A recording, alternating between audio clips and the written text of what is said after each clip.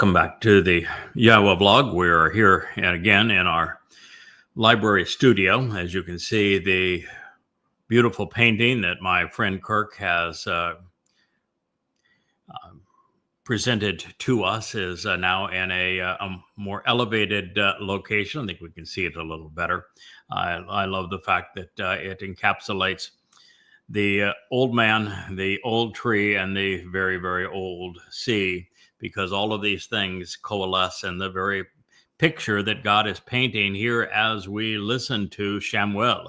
That would be the final judge. He was a Shaphat and also a prophet. Speak of a very, very significant and prophetic moment in Dowd's life as the Ark of the Covenant was being brought into the city of Dowd. And if you recall our previous program, the progress of the Ark into Jerusalem was interrupted because there was a man who God then referred to as a woman who reached out to grab the Ark to control it when God had it being drawn into Jerusalem by a bakar, by a bull. And that bull symbolism is important because it is the sacrifice of a bull that ultimately redeems his people. And it's the same bull who is responsible for ultimately repositioning the Ark of the Covenant on the Temple Mount in anticipation of Dowd's return to anoint the mercy seat of the Ark of the Covenant on Kippurim. He will do so, of course, on Taruwah, which is why Taruwah is such an important part of this.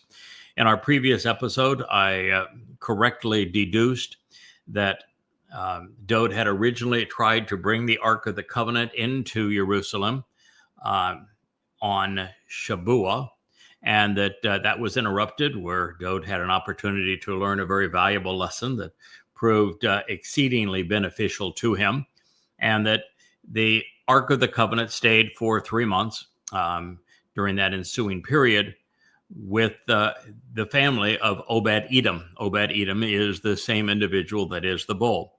I understand that in our last episode, those, I guess, following on YouTube were somewhat amazed that, maybe perplexed is a better word, that there would be so many different references to the various characters that are in God's story, and that that the same people would be referenced by different names, and even during different eras of our history. And this is because of the fact that Yahowah, unlike us, is unrestrained in time. He can take his prophets or anybody of his choosing forward and back in time at any time he would like.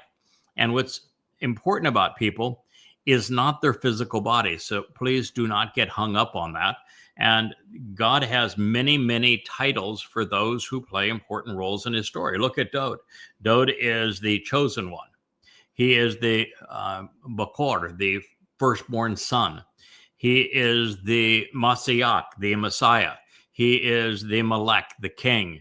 He is the Ra'ah shepherd. He is the El lamb. He is also the ram. Dowd fills many, many roles, and he has many titles accordingly. He is also called the Shemek, the branch. He is our Yatzah. He is our savior. And just as Dowd has many titles, including one that is particularly profound, which is that he is the greater luminary, as that story is told in Genesis 1. In Genesis 2, Dowd appears again. He is the tree of lives. And if it is confusing to see the people in God's story appear during many epochs, like, for example, in 555 BCE, it's Dowd as Gabriel and Yada as Mykal that are the prophets who inform Daniel as to what's going to happen and when and why through the next the final 2,000 years of human history, beginning in 33 CE and going through 2033. So these are individuals that play a role throughout God's story, that were one brought forward in time, one brought back in time to convey this message. It should not be difficult for you to garner this appreciation, because again, souls are akin to energy, and God is enveloping those that he has as part of his covenant family in light. And so they're able to move forward and back in time as God sees fit. And he can choose to envelop them in a physical body at that time or not, depending on what he wishes to do. And those individuals, as men, their souls represent men, can be also communicated to us, conveyed to us symbolically as the various things and animals that represent what God is trying to achieve, like Dowd being the lamb of Pesach and Yahowah being the bull of Taruwah. Both are also referenced as trees, with Dowd having opened the door to life on Passover. Therefore, he is the tree of lives, and Yahowah as the one who brings our attention back to all that Dowd has achieved, providing the knowledge regarding him is the tree of knowledge. And so these things are just interwoven as part of God's overall story. Same cast of characters. God has learned from experience that there are actually very few men who are willing to listen to him and do as he asks. There are fewer even women willing to do so than men, although there are some women, but they are very few and far between.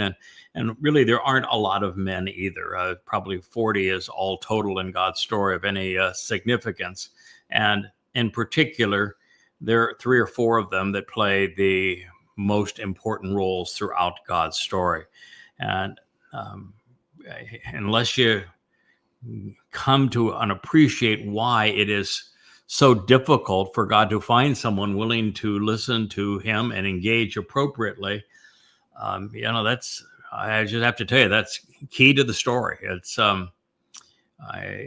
Yahweh's concern and complaint from the very beginning. Is why he caused the fall of man 6,000 years ago in the garden. God is not happy with the fortitude, the reliability, the educatability of humanity. He finds that most of us aren't willing to listen, aren't willing to act responsibly, aren't willing to learn, are not dependable, and are way too lazy, unwilling to engage and do the work that needs to be done to accomplish his agenda. And therefore, there aren't many of us. And those of us who have shown a willingness to do all of these things, well, we appear a lot in the story. So here we go again. So this says, so Dowd and the entire Beryth Yisrael, the household of those engaging and enduring with God. Yisrael is a name that has a positive and negative connotation. On the negative side, representing what Israel has been virtually from the beginning, and with very few exceptions, is Israel means that those who struggle and fight against, those who wrestle in opposition to the Almighty. On the positive side, particularly when it's associated with Beryth, which is family, then Israel can be the household of those engaging and enduring with God.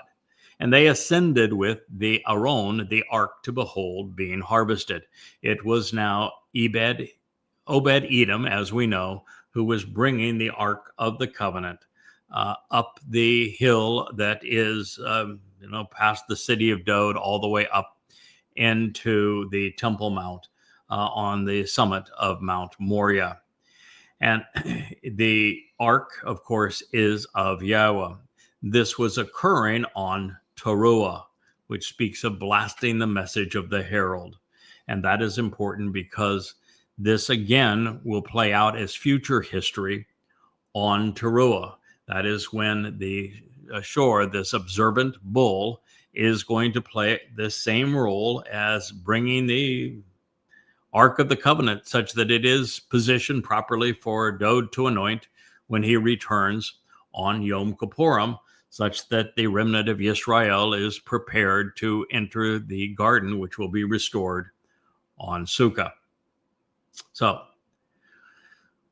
Dowd and the entire Beryth Yisrael ascended with Aaron, the ark, to behold being harvested of Yahowah on Taruwah, with the coal voice of the shofar, of the trumpet. The voice of Taruwah, if you will, is referred to as a shofar, which is a ram's horn. I have one sitting, I did have one sitting behind me. I don't know what we did with it, but we will locate it again and put it back in its rightful place. It's a beautiful long horn that is makes a marvelous sound when blown, and that it is the call of both Shabuwah and of Taruwah. And these are the bookends of Dowd's attempts to bring the Ark of the Covenant into the city of Dowd. So mankind's final rendezvous with God, it's going to begin during the first day of Chag Sukkah, which is Taruwah. This is because the first day of the fulfillment of the last three Moed Mikre begins in year 6000 Yah, which is 2033. That is just, 8 years from now. And it is when the entire remaining remnant of Yisrael will be gathered in Jerusalem in preparation for Dowd's return as king. Well, that's saying something in terms of the entire remaining remnant. 2 out of every 3 Jews are going to die over the next 8 years in the time of Israel's troubles. Of the 5 million that remain, they will be divided into 2 chariots, spiritual chariots, if you will. One will haul away those who are still overtly religious or overtly political, who just don't have the proper attitude or aptitude to be part of this remnant and re-enter the garden. They are not prepared to be purged of their guilt by the observant bull, this soar, this Adamah Parah, come Taruwah. Then those who are, they were not sufficiently clued in as to Yahweh's name, that Dowd fulfilled Pesach, Matzah, and Bakurim, such that they capitalized upon the last series of Moed. They missed the Shabuwah harvest. They missed the Taruwah harvest the preceding evening, but that are at least receptive. Those will be determined to have been misled as opposed to be misleading. They're the victims, if you will, of religion and politics as opposed to the perpetrators. All that remain who can be purged of their guilt will be in Jerusalem, courtesy of Yahowah at this time. And so we are witnessing the future history of that play out in these words that have just been shared through the Shaphat judge and Nabi prophet Shamuel. And they're all here in preparation for Dowd's return as king. And as we know, his first order of business will be to anoint the Aaron, the mercy seat, with the bull's blood, sprinkling it on the Kaporeth, on Kaporim. Also reassuring, we have already come to appreciate that Dowd's herald is the coal voice of God. And on this occasion, he is responsible for announcing and cultivating the 2 harvests in which the shofar is blown. We know that he is the Zeroah, the one cultivating the harvest of Shabuwah and then of Taruwah. Now, if not for the insidious attacks by the Mother Goddess cult, which has led us to many of these discoveries, so I'm appreciative of that, if nothing else. And they have been hammering away, trying to discredit Dowd's Bashar and Yahweh's coal and undermine the credibility of Yada and Yada Yahweh. There would really be no reason for this narrative to appear in Shamuel's accounting of this day. So what follows is all about future history and God acknowledging his support of the key players in his story and his animosity towards those who would discredit God's story, just as the man becoming a woman who was the influencer 3 months ago in this story was killed by Yahowah for infringing upon the narrative that Yahowah was telling, with the bull pulling the Ark of the Covenant into Jerusalem.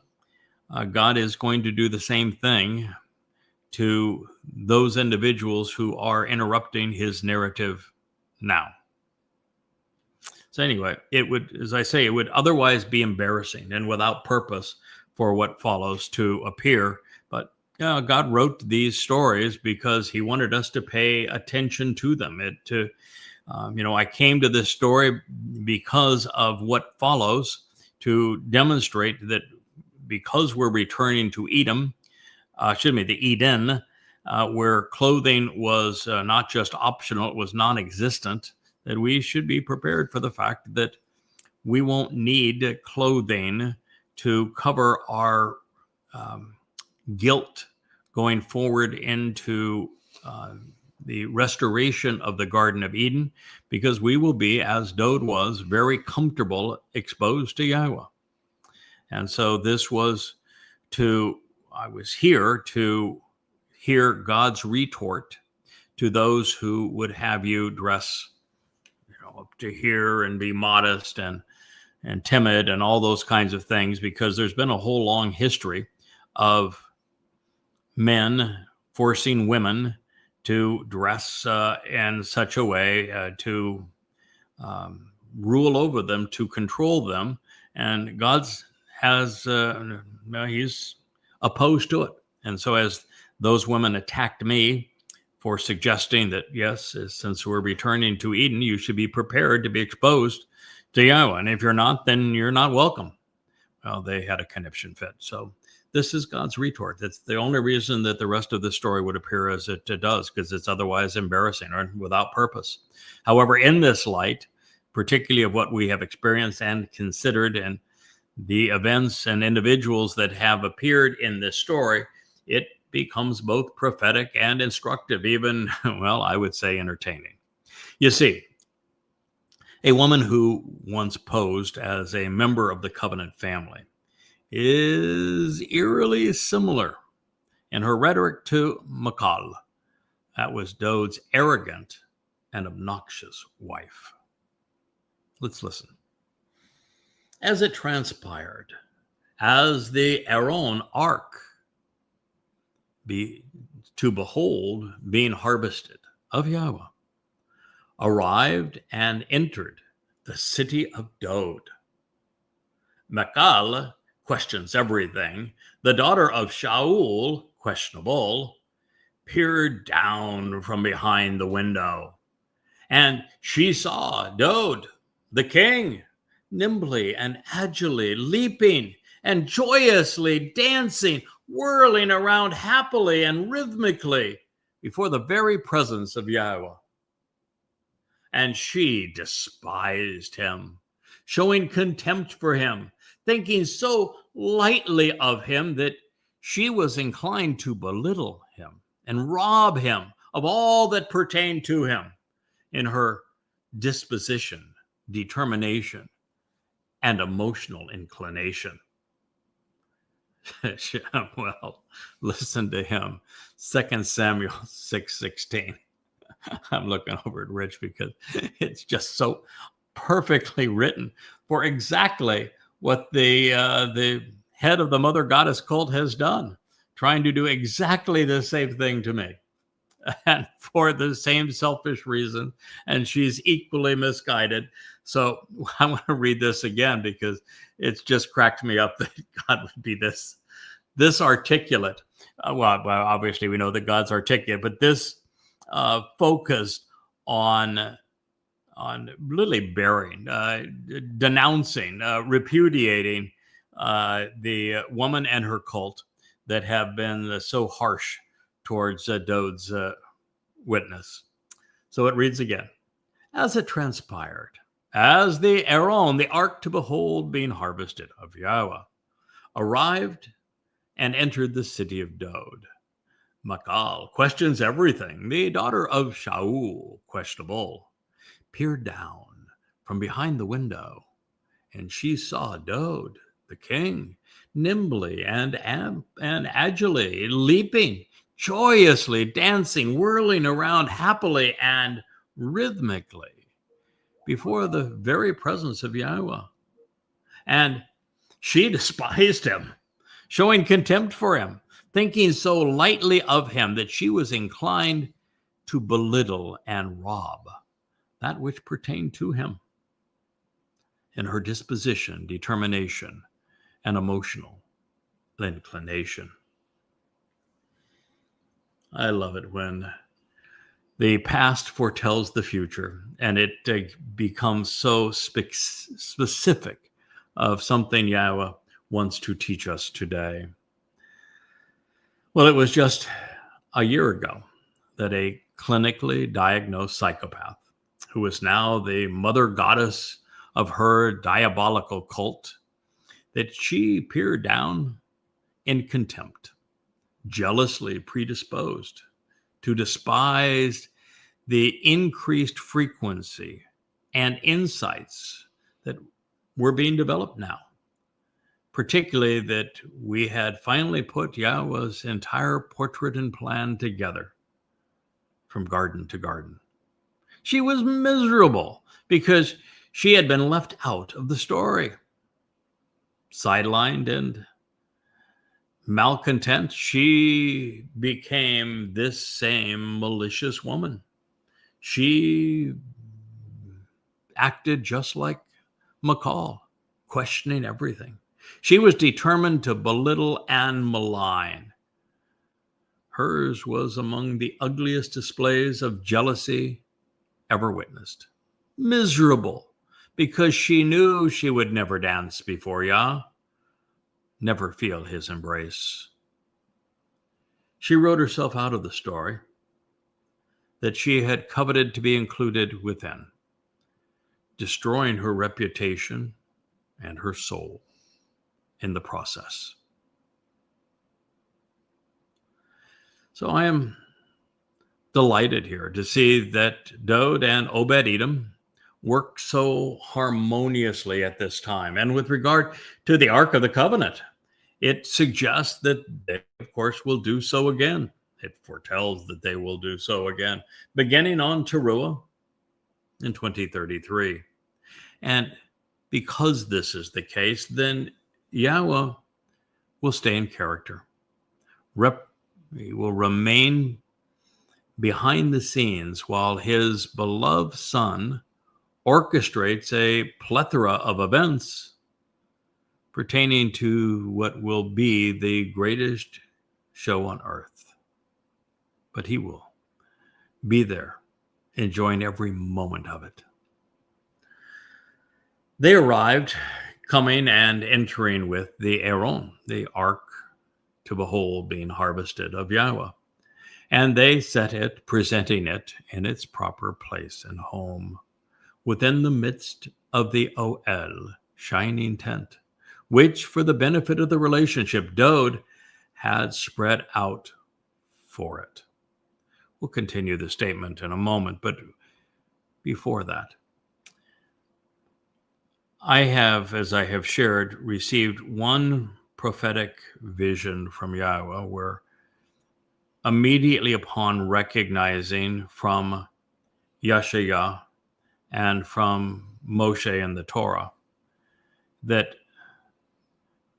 in fulfilling Taruwah, that I would become the Parah. And that took me directly to the Adamah Parah of Bamidbar, Numbers 19, and the role that sacrifice plays in restoring Israel's reputation on Taruwah as it's presented in Numbers 5. And putting it all together and recognizing that I am being asked to play this role, which is a sacrifice. In fact, it's a gruesome sacrifice. When I told Yahowah, okay, it took me a while. I've been at it at that point for 23 years, but I came to recognize that was precisely what God was saying. That he did me the great favor, without even asking, of showing me how it would play out. And this was important to me because I realized it had to take place on the Temple Mount. And I realized that currently on the Temple Mount, you've got two ugly religious scars, the Dome of the Rock and the Al-Aqsa Mosque. And they obviously have to be purged, removed from that place for God to restore the Oel of the restoring witness, a return of the tabernacle of the restoring witness in its proper place. So I knew those things had to happen, and I knew this sacrifice of the Parah, this productive bull, would take place on Taruwah, on the Temple Mount, and that it would be Hasatan, his corporeal manifestation in his last and final act, that would bludgeon me to death. And that then Elia, as he had done 2,888 years previously, when repudiating the religious and political community of Israel, particularly going after those who were prophets to the Lord and to the mother goddess, Asherah, staged and served as a hilarious, sarcastic master of ceremonies for the sacrifice of a bull on that day, with copious amounts of water and Yahowah igniting the fire. And so I knew that we would be witnessing the same thing. And that is how Numbers 19 with the Adam of Parah and Numbers 5 with the adulterous woman, the religious woman that would be prepared for the return of her groom, who was Dowd, how this would all transpire. But it's one thing to know what's going to happen. It's one thing to actually know that all of those who have been adverse to Israel will be incinerated on Taruwah, and that God's going to restore the earth to the conditions of the Garden of Eden, which makes it the greatest show on earth. And it's all in anticipation of Dowd's return with Yahowah on Kippurim, so that we return to the garden on Sukkah. That's a lot to process, right? First person to ever understand all of these things, probably any of those things, and to put them all together. And then to perceive how the four chariots maneuver on this day as they're presented in Zechariah, some of which I have just shared with you. But there was still, how is this all going to play out? And the one vision that Yahowah provided without me requesting it was exactly how these events will transpire on Taruwah, and where and when and how they will take place. So I have seen the repositioning of the Ark of the Covenant. I have seen the restoration of the tent of the restoring witness. I have seen the corporeal manifestation of Hasatan. I've seen this sacrifice. I've seen Elia there orchestrating these events as the master of ceremonies. I've seen the Yahowah release the waters from the Temple Mount that will purge. I've seen them intermixed with the ash. I have seen Yahowah ignite that fire. And since that time, I have also witnessed all of these things being conveyed through the prophets and in the Towrah as well. So what we're hearing about here is really extraordinary. This is future history, and it's rich in its texture and detail.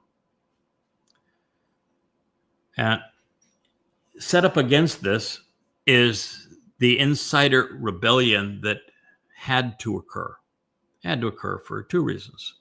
One is everyone, well, actually three reasons. First, everyone who speaks for Yahowah endures exactly what happened to me. They have to have an insider rebellion so that they can empathize with Yahowah, who has endured it for 6,000 years.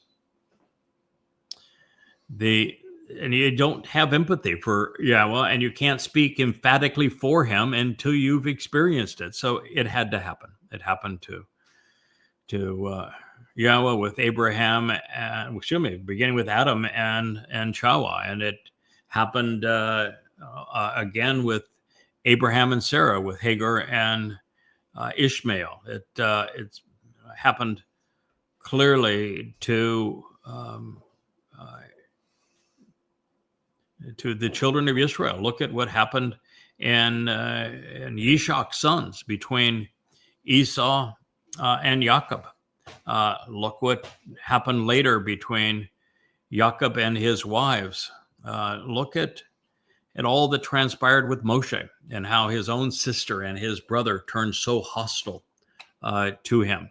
Insider rebellions are the norm. And then consider Dowd.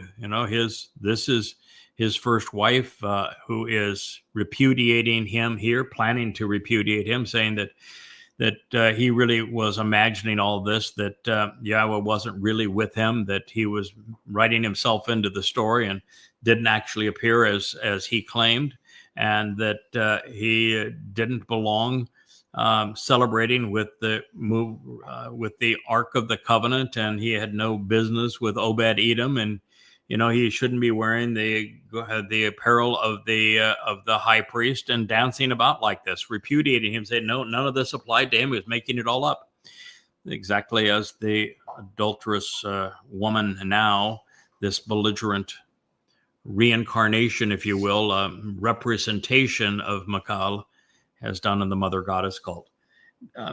So all of those are reasons for it. Another reason for it is that God had a lot to say about it. The prophecies about this insider rebellion at this time are prolific, and God's not about to waste good material. And so he spoke about it for our edification, and it was important that we endure it so that we would turn to these passages and consider them. And when this series is concluded, and I move to the series on the actual coming out party of the mother goddess cult, and you hear what transpired in the garden, you're going to be amazed, and we wouldn't have known it had it not been that we were invited into this material by the horrible behavior of the mother goddesses. So here we are. So we know that the Ark of the Covenant has been, and will be moved under the shining tent of the restoring witness. And we know that this is in direct relationship and for the benefit of Dowd. And then we read that Dowd rose up, and he ascended in the presence of Yahowah for the purpose of reconciliation and fellowship, completely fulfilling what was required to restore the relationship. It was prophetic of what Dowd would do 1,000 years after this event in fulfilling Pesach, Matzah, and Bekurim. This is 2 Samuel 6:17. So the proper location for the Aaron is in the midst of the set-apart place on the Temple Mount, and that's where it will return. And when it does, there will be an OL, a shimmering tent, already set up for the occasion. The aforementioned tent of the restoring witnesses going to be erected there, right over the place where the original temple was built and where Solomon dedicated it, speaking of the arrival of the Nakri, who is speaking to you now. It will be erected on Passover, April 18th, 2030, upon the arrival of Yada and Elia. And this means that the Dome of the Rock and Al-Aqsa Mosque will be vaporized, and the site will be sanitized. Now, this is a dress rehearsal, obviously, now for what would occur. And now, well, then it was 3,000 years later. Now it's just 8 years from now. Dowd will rise again. He will ascend before the presence of Yahowah on this day of Shalem, of reconciliation.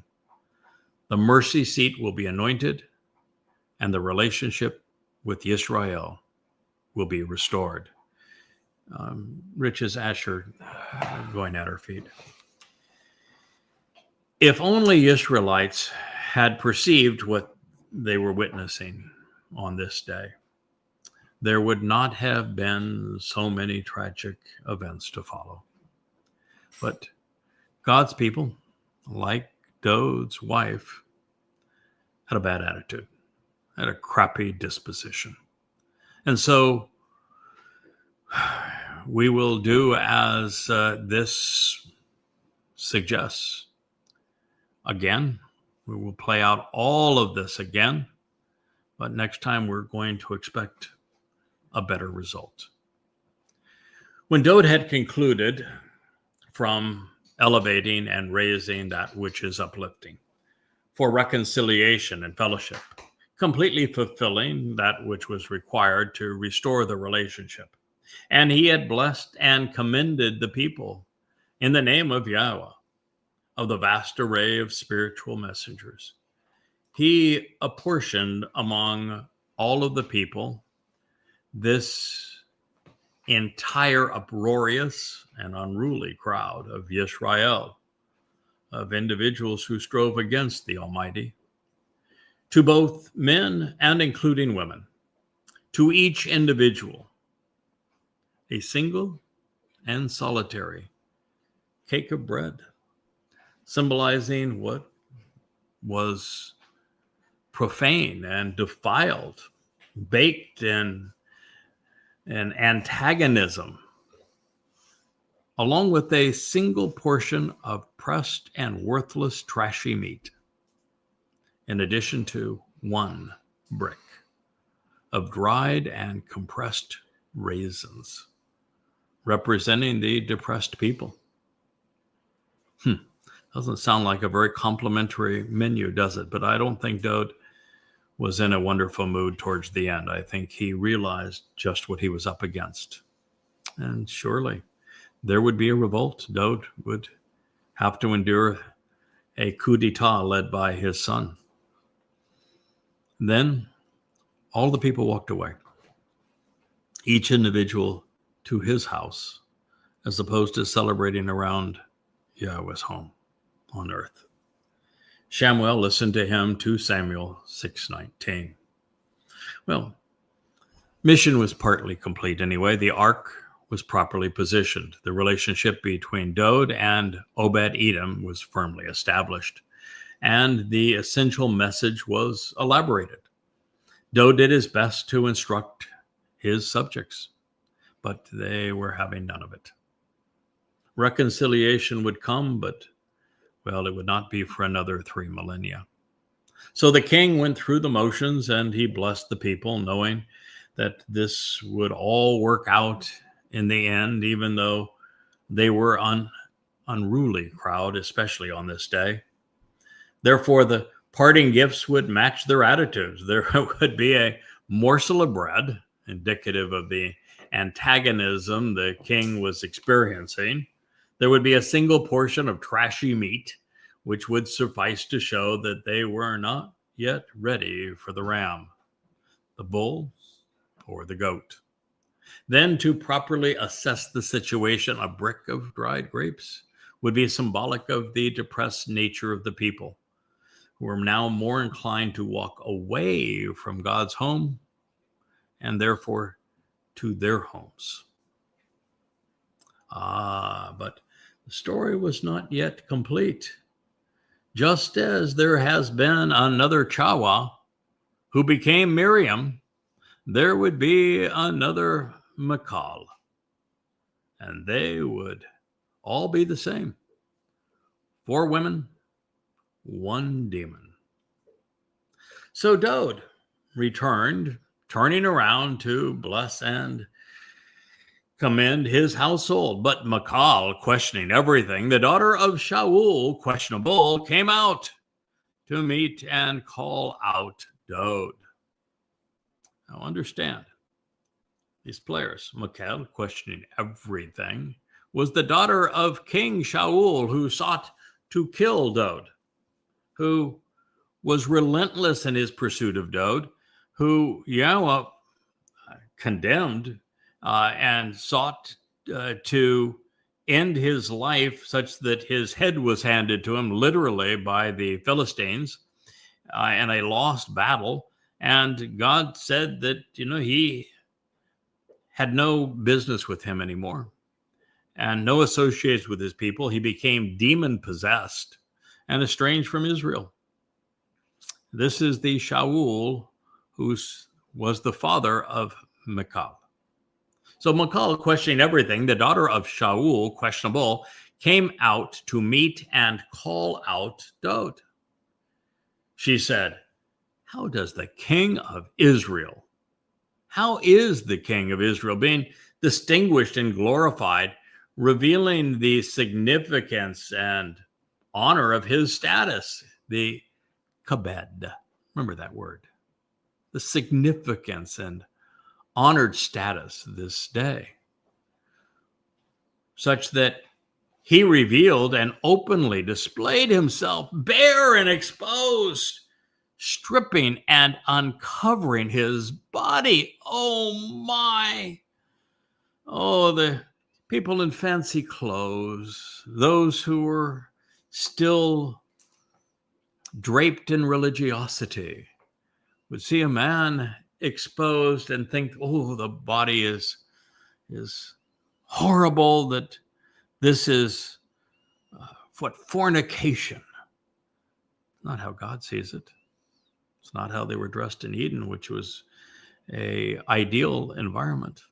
So he said, such that he has revealed and openly displayed himself bare and exposed, stripping and uncovering his body, because he removed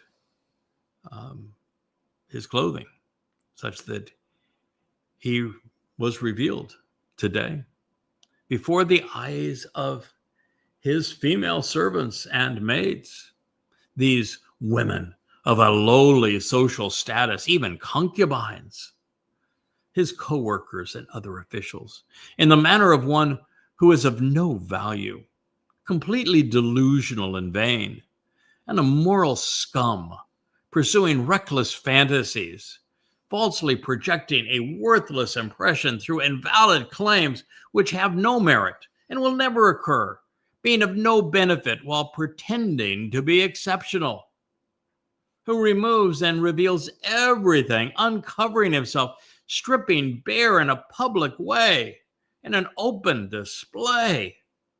Oh my! You tell it like it's true, Shamuel. Listen to him, 2 Samuel 6:20.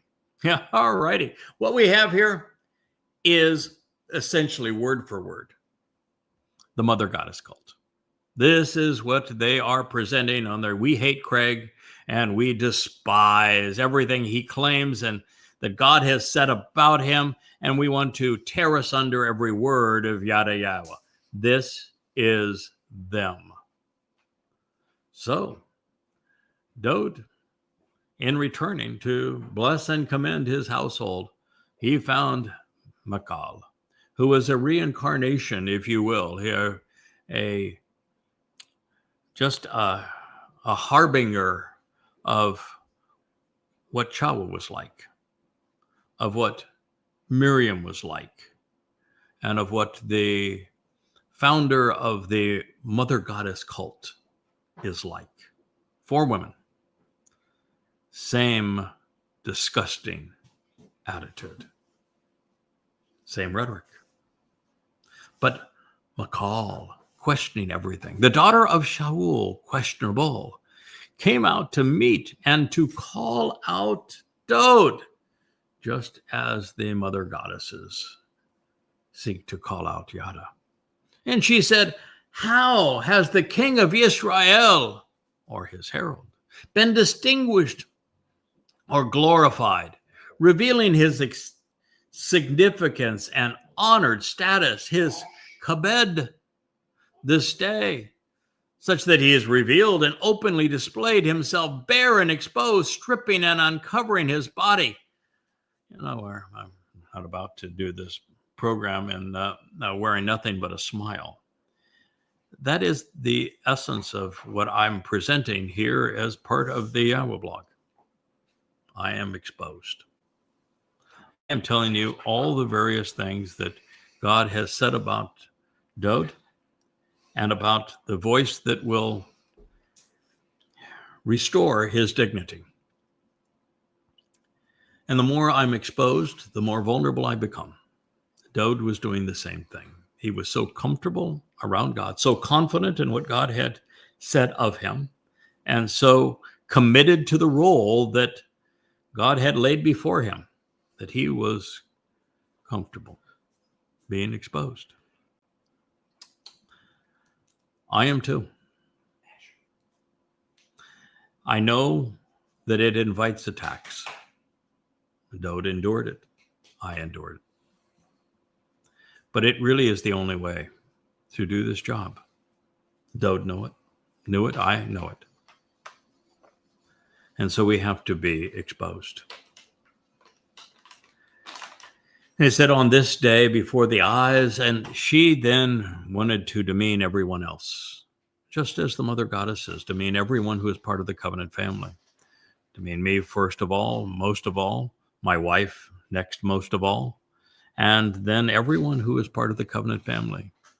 Before the eyes of the female servants and maids, these women of a lowly status, every one of these women were scum, the way they behaved, but they looked down their nose at others.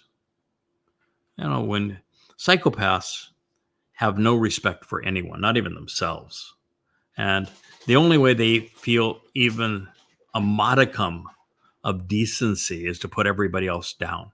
And even those that they bring around them, they're just playing with them. They actually despise them.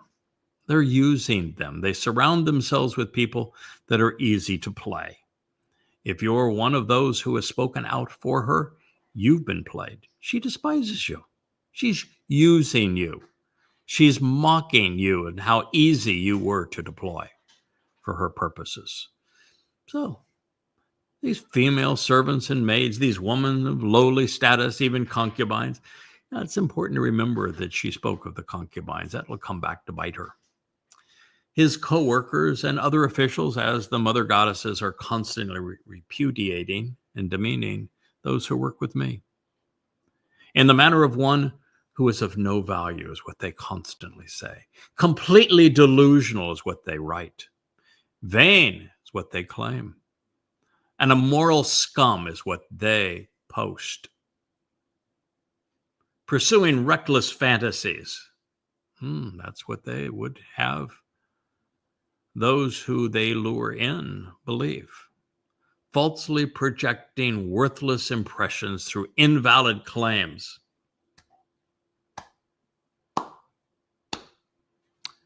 These are the mother goddesses. I would assume that Mykal actually said these words. But she said them in a prophetic manner of what Dowd's herald would endure, because it is Dowd's herald who is responsible for reestablishing everything that Dowd represents. Rather than tearing him down and saying that he is delusional, that he is not a person that God has called out to say he's the central player in this story. Very Son of God, the chosen one, the Messiah, the returning King, our Savior, the Passover Lamb, the one who will anoint the mercy seat of the Ark of the Covenant when he returns in Gibowr. So she was claiming this of Dowd just as today's Michal says the same things of me and the roles that Yahowah has designated for me. It is verbatim. If I heard this and I was part of that cult, I would leave immediately. This is now about the 10th time that they've called something to our attention and made false claims. That when we turn to the proof text that God is committed otherwise, it destroys them. And it destroys them in such a way it is impossible to rationally deny that this is an argument against them. Yes, she claimed that Dowd was falsely projecting a worthless impression through invalid claims, which would have no merit and never occur, that he was of no benefit while pretending to be exceptional. It's exactly what I hear.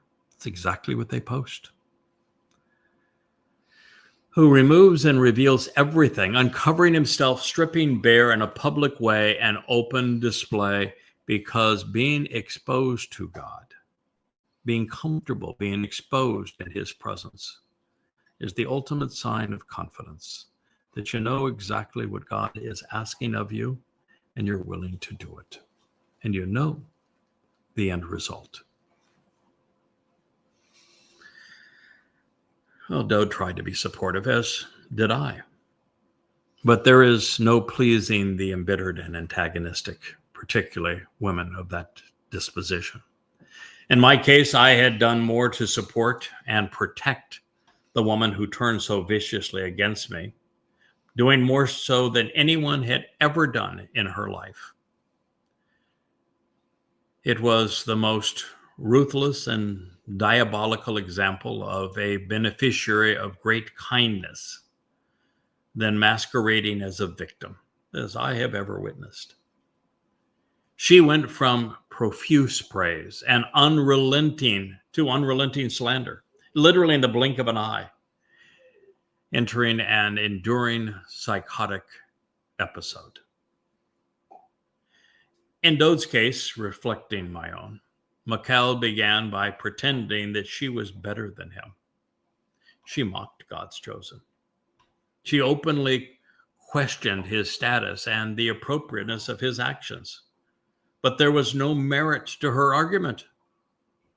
There were, by this time, many hundreds of affirmations from Yahowah that he had chosen to work with and through Dowd. They began in the Towrah 4,000 years earlier.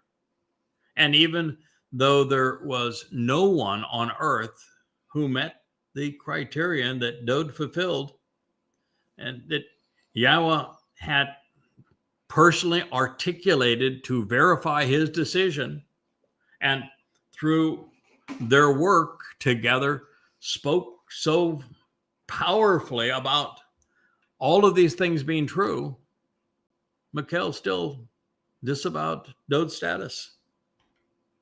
She was all about dishonoring him. So, what was the point of this? If not to infer that she was more qualified to rule than God's chosen.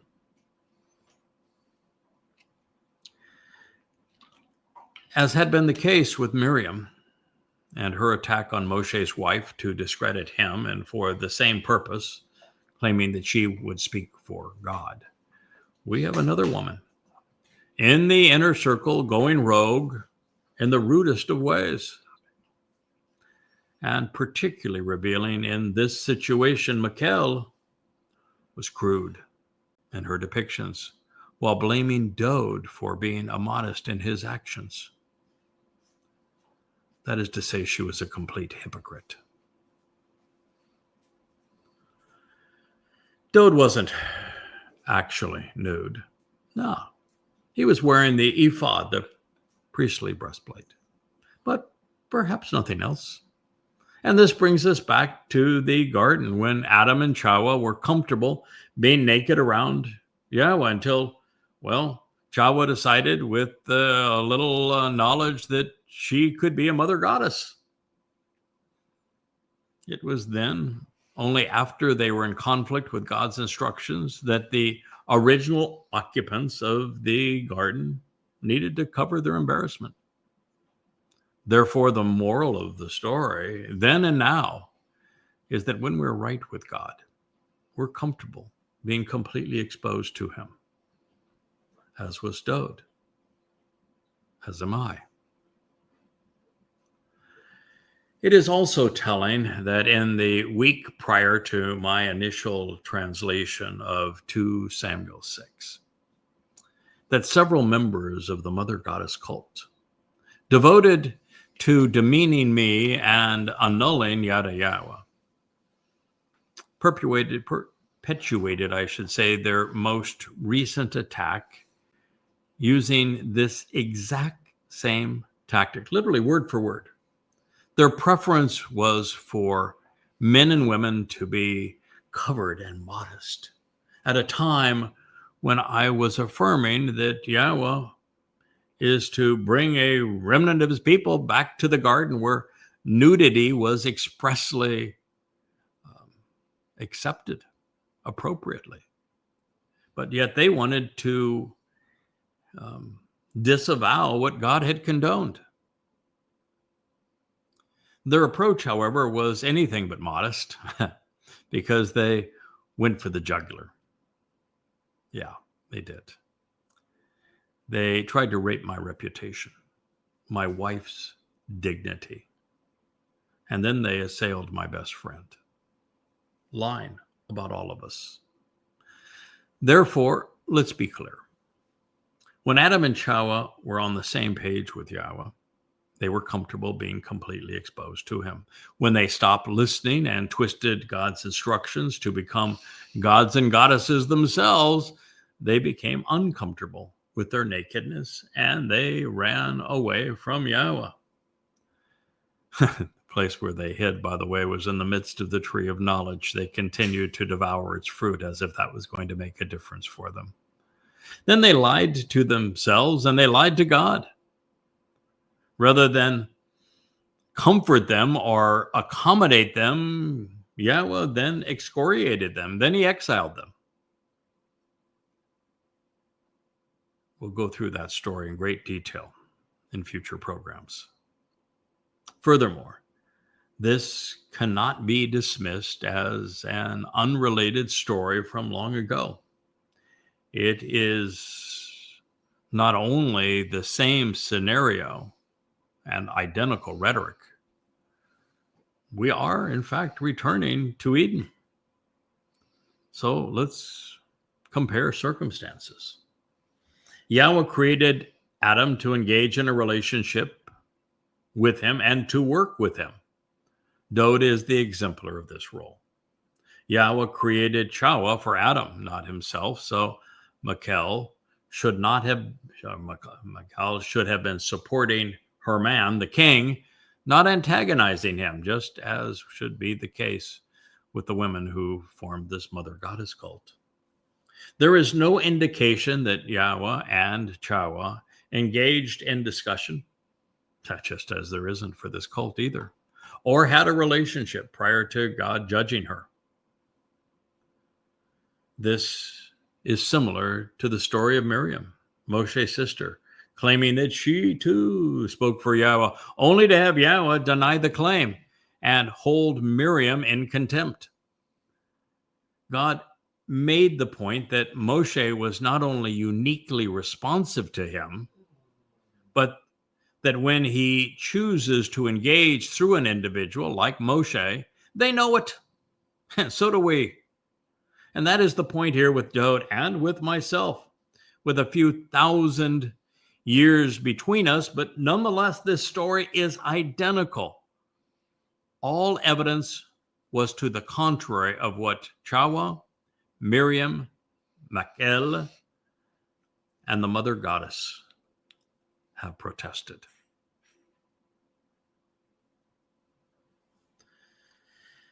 Adam's name means man in red, as in blood. Chawah's name means to announce one's intent and to speak out.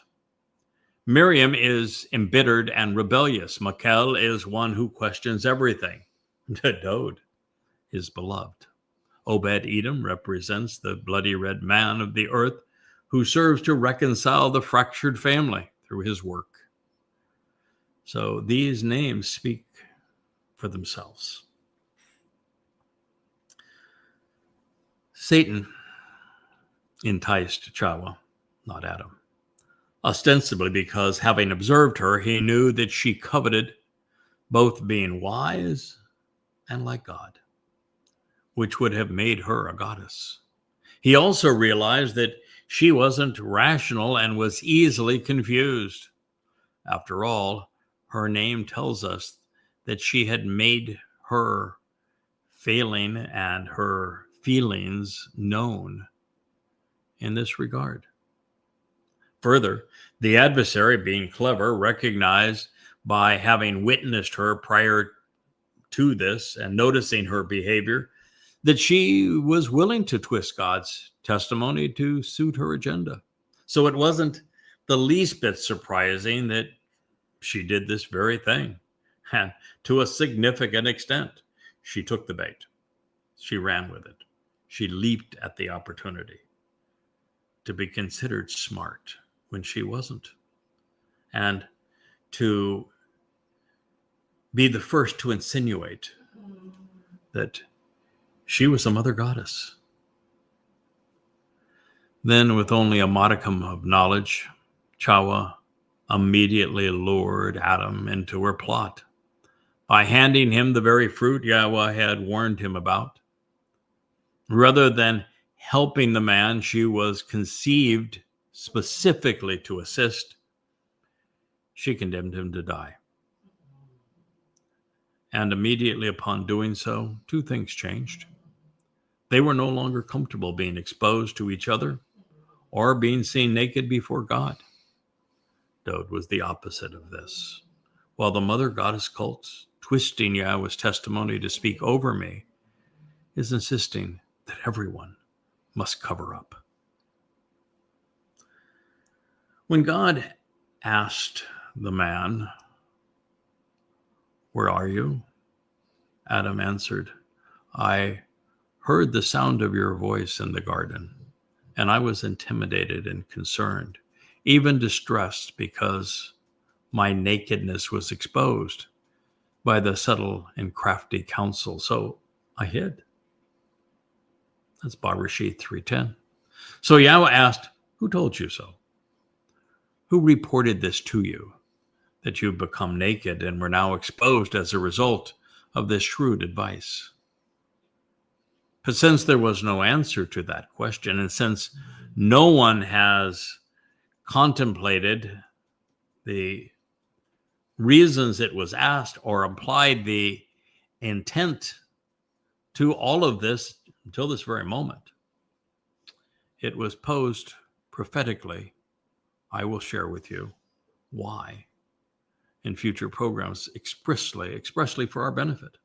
Now, since God said nothing about nakedness other than to approve being comfortable, completely exposed to him, who other than Satan's religious minions told the mother goddess and her cult that men and women should be sexless and concealed? From that point, God asked two questions, and both questions were answered with lies. Both the man and the woman shirked responsibility. This is similar to what the mother goddess cult is doing now when confronted by prophetic texts like these, exposing and condemning them, claiming that they don't apply to them, but they do. And God demands accountability. He did not debate with Satan. He didn't have an argument with Adam or Chawah. He did not seek to make any accommodation for them. God was not forgiving then. He was instead judgmental. He immediately rebuked them, setting an example for us to follow. Yahowah estranged them. He not only sent them out of the Gan, protected and sheltered enclosure, he precluded their return. It is only now, just 8 years shy of 6,000 years later, that Yahowah is facilitating our return to Gan Eden, the Garden of Great Joy, through his collaboration with Obed-Edom and Dowd. during Chagsuka in year 6000 Yah. And based upon his explanations of what transpired with Towrah, Miriam, Mykal, and now the mother goddess, we can be assured that they will be excluded. They all wrote themselves out of God's story. Now, beyond the Eden comparison with Mykal's overt animosity towards uninhibited expression, even sexual emancipation, then we see her coveting the status of the one actually chosen by God. She was so envious of what God had said of him. She used kabed to say that Dowd has done something, or done actually nothing, it was her claim, to distinguish himself. And yet, God had written more about Dowd, and Dowd had written more about Yahowah than anyone else. Well, at least up to the point of his Herald on the 25,000 pages of Yahowah. Nevertheless, to Michal, nothing Yahowah had said about Dowd mattered, nor did their extensive collaboration up to this point. Only that he was acting in a manner that she disapproved on this day. And that is precisely what happened with me in the vitriol of the Mother Goddess cult. Adding to the similarities, Michal belittled those who knew and appreciated Dowd as a man of head and heart. She even inferred that the man they had come to know was of no value to them, and that the Messiah was delusional. She called him immoral, reckless, and vain. She said that God's pronouncements regarding him were null and void, of no value or benefit, and that Yahweh's chosen was only pretending to be exceptional. In this naysayer's mind, Dowd's accolades and accomplishments were meaningless. Of course, this has all been conveyed to us because it reflects the Mother Goddess cult's methodology and pronouncements regarding what Yahowah has had to say about our relationship. And to such an extent, it's clear that this narrative was intended to be prophetic. God wanted us to know that he knew that this revolt would occur, that he foresaw who would start it, that he recognized the ploy, that he was opposed to them, and that we could rely on him to deal with them. So indeed, like my king, I've revealed everything. I've shared everything I know, opening myself up to criticism from some and appreciation for others. We are equally comfortable being exposed in Yahweh's presence and joyful in our expression of the benefits of the relationship. In my case, Yahowah was so supportive of our work together, he sent the perfect woman to help me achieve what he wanted accomplished. And in the most delightful, supportive, and loving way, I received what Towrah was designed to be, but was not. Our king's retort to the condescending and obnoxious twit of a wife was epic. So Dowd, the beloved, said, to Mykal questions everything before the very presence of Yahowah,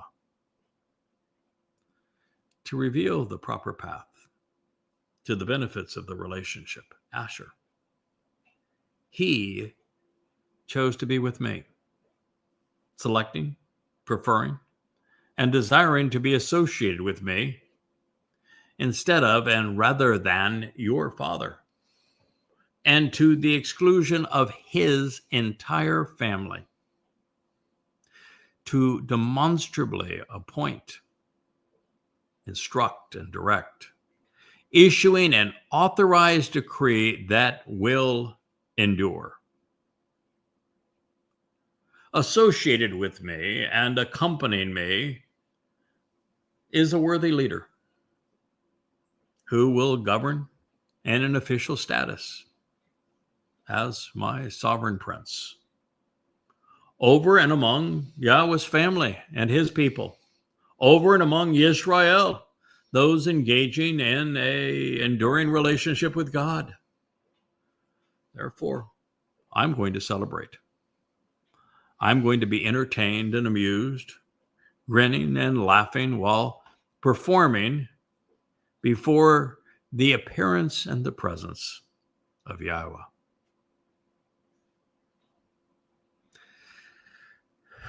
Dowd spoke in Yahweh's presence because with Yahweh's Ruach spirit upon him, they were always together. Their relationship, this relationship with father and son, was exemplary. And it was largely because all of the people who have ever lived, no one compared to Dowd, the chosen one. God preferred him over all others, which means we should emulate him and not belittle him. Learn from him rather than criticize him. Sha'uw's with the people choice. Dowd was Yahweh's selection. If you want to be with Yahowah, don't besmirch his son or negate what father and son have accomplished together. Further, Yahowah not only appointed Dowd to be his Messiah, king, son, prophet, and our Savior, he instructed him, he directed him. This is God's approach with all of his co-workers. And speaking of associates, Dowd had learned a valuable lesson. This Taruwah, this very day, which would apply to another Taruwah. The king would never, ever have to work alone. He would have a Nagad, a prince, now known as Obed-Edom. They would govern together, lessening the burden while increasing the enjoyment. And Dowd's Nagad would have a similar attitude and common attributes such that they would make beautiful music together, even if the lesser luminary was a bit tone deaf and rhythm impaired. So Dowd would celebrate on the occasion. The Ark of the Covenant would be ready and waiting for him upon his return. Yahowah had everything arranged. But since Dowd was a prophet, he knew that things would get worse before they got better. The most popular religion in human history would renounce and rob him. His own people would treat him worse than his wife. In fact, it wouldn't be until the arrival of his herald, Obed-Edom, that he would regain his standing with his people. So he said, I will recede.